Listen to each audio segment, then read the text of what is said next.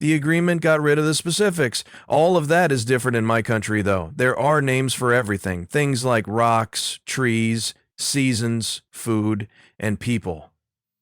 A woman who was 84 years old came out of an East London laundromat on July 23, 2024, a red scarf, a light shirt, and silver hair. There were no security cameras that flashed or stage. Still, that honest picture went viral in just a few hours. Julie Christie was that woman. She was a 1,960s star who once shook Hollywood with just a raised eyebrow and a pair of sad, unmistakable eyes. In the past, she made Warren Beatty want to marry her. She turned down the part of a Bond girl once. They won an Oscar once and then disappeared. She didn't stop working. She left without saying goodbye. It was like the lighting had never been bright enough to hold her. What made a star who was once adored by everyone decide to live a quiet life? What's the soul of an artist? A woman who never lived up to other people's standards, behind the glitz, the fashion, and those roles that will never end. Julie Christie's life story isn't just about her movie stardom. There's a lesson in being free and true to yourself, even if it means leaving all the fun and excitement behind. Assam, northeastern India's Shinglung tea estate, is where Julie Frances Christie was born on April 14, 1940. It is a tea garden. Her mother was a Welsh painter, and her father was a British plantation boss named Frank St. John Christie. From the time she was born, Julie's life was split between two extremes: the strict rules of the British colonial government and her mother's free-spirited, artistic nature. Julie's father had an affair with an Indian plantation worker, which was seen as shameful in colonial society.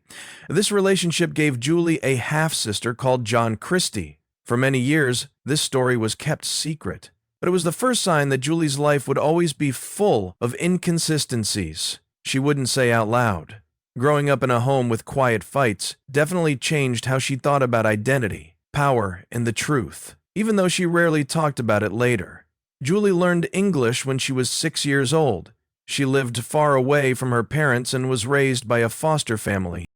She went to a Catholic religious school. Things were very strict. It was very cold and stiff, very different from her lively childhood in India. She was kicked out of this school for telling inappropriate stories, which was a clear early sign that she didn't like following the rules. Julie would later say that this time made her feel deeply abandoned, which was a direct cause of her lifelong aversion to commitment, her refusal to get married, and her choice not to have children. After her time in England, Christie was sent to Paris to keep learning and improve her French, which she had already learned well as a child. There, when Julie was 9 years old, she had an event that changed her life. She sneaked out of her boarding school and spent the whole day walking around with a stranger, a young actor who was having trouble making a name for himself. His story interested her. Julie would say that was the true moment when she knew she wanted to be an actor, not to get famous, but to be free, the chance to live a different life, and escape the strict rules she had been living by since she was a kid. When Julie got back to England, she chose to try her hand at acting. She signed up at London's Central School of Speech and Drama, which is one of the best places for the performing arts in the country. Julie stood out there not because she did better in school than other people, but because of how she spoke. Modern, natural, and not forced. She did not do anything to make her teachers happy. She put on a show. Julie Christie wasn't right away a well-known face on the big screen. After finishing from London's Central School of Speech and Drama, she started her work slowly and quietly, but her unique style made her stand out. At that time, many artists still used clear speech and big gestures to act in the traditional way, but Julie chose a more modern, natural way to act, which made her characters seem like they were straight from real life. Christie's first TV job was in the science fiction show A for Andromeda on the BBC in 1961. It was a strange part. She played a woman made by a machine who was cold, attractive, and not quite human. Both the crowd and the directors were impressed by Julie's quiet performance, with few lines of dialogue and subtle facial expressions. People quickly said she looked like Brigitte Bardot, but they thought she was smarter and more mysterious. The BBC was even told to hire her on a long-term basis, but they turned it down. That move was later seen as a big mistake. Christie's part was filled by someone else in the show's follow-up because she had already left to find her own way. In 1962, she started acting in full-length movies. Her first two parts were in supporting roles in British comedies called Crooks Anonymous and The Fast Lady. Christie didn't get much attention for either of these movies, which were just for fun, but they let her practice with the camera and learn how to make movies. She quietly watched and learned how movies were made from the inside, ready to play the background in order to take a bigger step forward. In 1963, she got that chance when she was cast as Liz in the movie Billy Liar. Liz was a young woman who refused to be held back by a dull, small town or shy men who were afraid to live honestly. The scene where Liz goes down the street in a miniskirt with her head held high and doesn't look back became a symbol of British women waking up in the 1960s right away. Not many people know this, but Topsy Jane was supposed to play Liz, but had to back out because of health problems. Julie walked in at the last second. Christie showed up to the set with little time to prepare, which shocked everyone there. Film was a surprising hit, and critics hailed it as the birth of a new icon. Director John Schlesinger, who is known for being very careful, said so himself. Even though Julie Christie was strange, quiet, and had never been in trouble, she still made people unable to look away whenever she was on TV or in movies. 1965 was the year that Julie Christie's name stuck out. In that one year, she played two very different parts, and each one made a lasting impact on movie history. Diana Scott, a model in Darling who is impulsive and torn, and Laura Antipova, a woman in Dr. Zhivago who is kind but fiercely loved. In the movie Darling, Julie was a representation of the rebellious and unbending modern city women of the 1960s. Behind the shiny surface of the upper class, the movie showed how empty people really are, and Christie's cold, sharp gaze and purposely flat tone made Diana feel deeply real. The Oscar for Best Performer went to her without a doubt. What people remember most, though, is the outfit she wore to accept the award. A shiny gold pantsuit that she created and made herself. She broke Hollywood's strict dress rules by being the first woman to ever wear pants on stage at the Oscars, and she didn't say sorry. Chris Christie played the lead role in David Lean's big movie Dr. Zhivago that same year. As Laura, Julie played a Russian woman who was torn between being weak and strong because of war and being apart from her family. Her relationship with Omar Sharif on screen was so strong that some scenes had to be cut because they were too racy for the 1960s.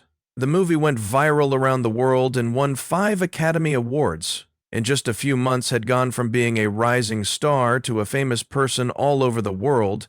Time magazine called it the year of Julie Christie and said that what she wears has more of an effect on fashion than the clothes worn by the 10 best-dressed women put together. They weren't making things up. Julie created a style that didn't follow the rules of fashion, with her headscarves, turtlenecks, and easy, carefree look.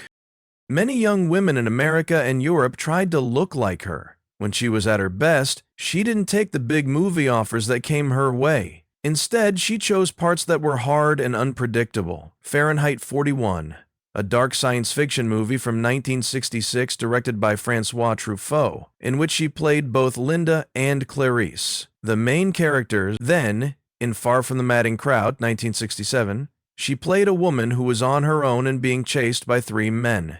This was another turning point in her career. She went from being a movie star to a serious actor. Christie continued to prove himself in the early 1970s with the bold psychological horror film Don't Look Now, 1973, which had a sex scene that looked so real that people thought it was real. Then came McCabe and Mrs., 1971, in which she played a smart and sneaky brothel owner. This part got her a second Oscar nomination. Christie came back to popular movies with Afterglow in 1997, after taking a break from them for a while. In an American independent film, she played a middle-aged woman who was unhappy in her marriage. It got her a 3rd Oscar nod for the role. 10 years later, in 2007, in one of the most praised parts of her career, Away From Her, Julie played a woman with Alzheimer's who has to deal with her husband's helplessness as she slowly loses her memories. She was nominated for 4 Oscars, a Golden Globe, a SAG Award, and many other awards from critics for the part. To teach medical students about how Alzheimer's patients act, scenes from Away from Her have even been used. This is a rare example of how powerful real acting can be. For many years, Julie Christie was the picture of beauty and intelligence, but her domestic life was never a fairy tale. She lived freely, loved deeply, spoke French and Italian, and never tried to hide who she was. But behind that beautiful exterior was a complicated soul that was always wary of fame and afraid of being ruled. Julie Christie won an Oscar, but before that she was just an up-and-coming actor figuring out how to make it in the tough world of movies. In the early 1960s, that's when she met Terence Stamp. People said that the young actor had the most dangerously hopeful face in British movies. They met at a party at the theater in London. With Billy Budd, Stamp was already making waves and getting attention from Hollywood. Christie was still a little-known name, but there was one thing that never changed about her. It had an air of being strongly independent and a fragile, elusive mystery. It was hard for Stamp to get close to women, but Christie's quiet mystery drew him in right away. They talked for hours about books, movies from Europe, politics, and how silly fame is. It wasn't a fiery romance, but there was a strong connection between them, almost like soulmates. But they always kept their distance. One time, Stamp said that Julie doesn't need anyone to make her stand out. Nobody speaks when she walks into a room. Everyone else learns how to be quiet. In a way, the fact that they were both about to become famous was what drove them apart. Stamp began to spend more time in the US, while Julie was in the UK, starting to break out. Stamp was the first person to read the plot with her when she got the part of Liz in Billy Liar, which made her famous. He told her to trust her gut and go with her gut. Their bond did not last long, though, because of time, space, and eventually different life goals. There was no formal breakup, no fights, and no betrayal, just 2 people going their separate ways. And neither turned around. What was interesting was that they still spoke of each other with great respect years later. Stamp said, "I've never met anyone like Julie. Nobody has ever confused me like she did, and no one has ever made me be that quiet while they talked." Julie didn't talk much about Terence in public, but when asked about their relationship, she just said, "He understood me more than I realized."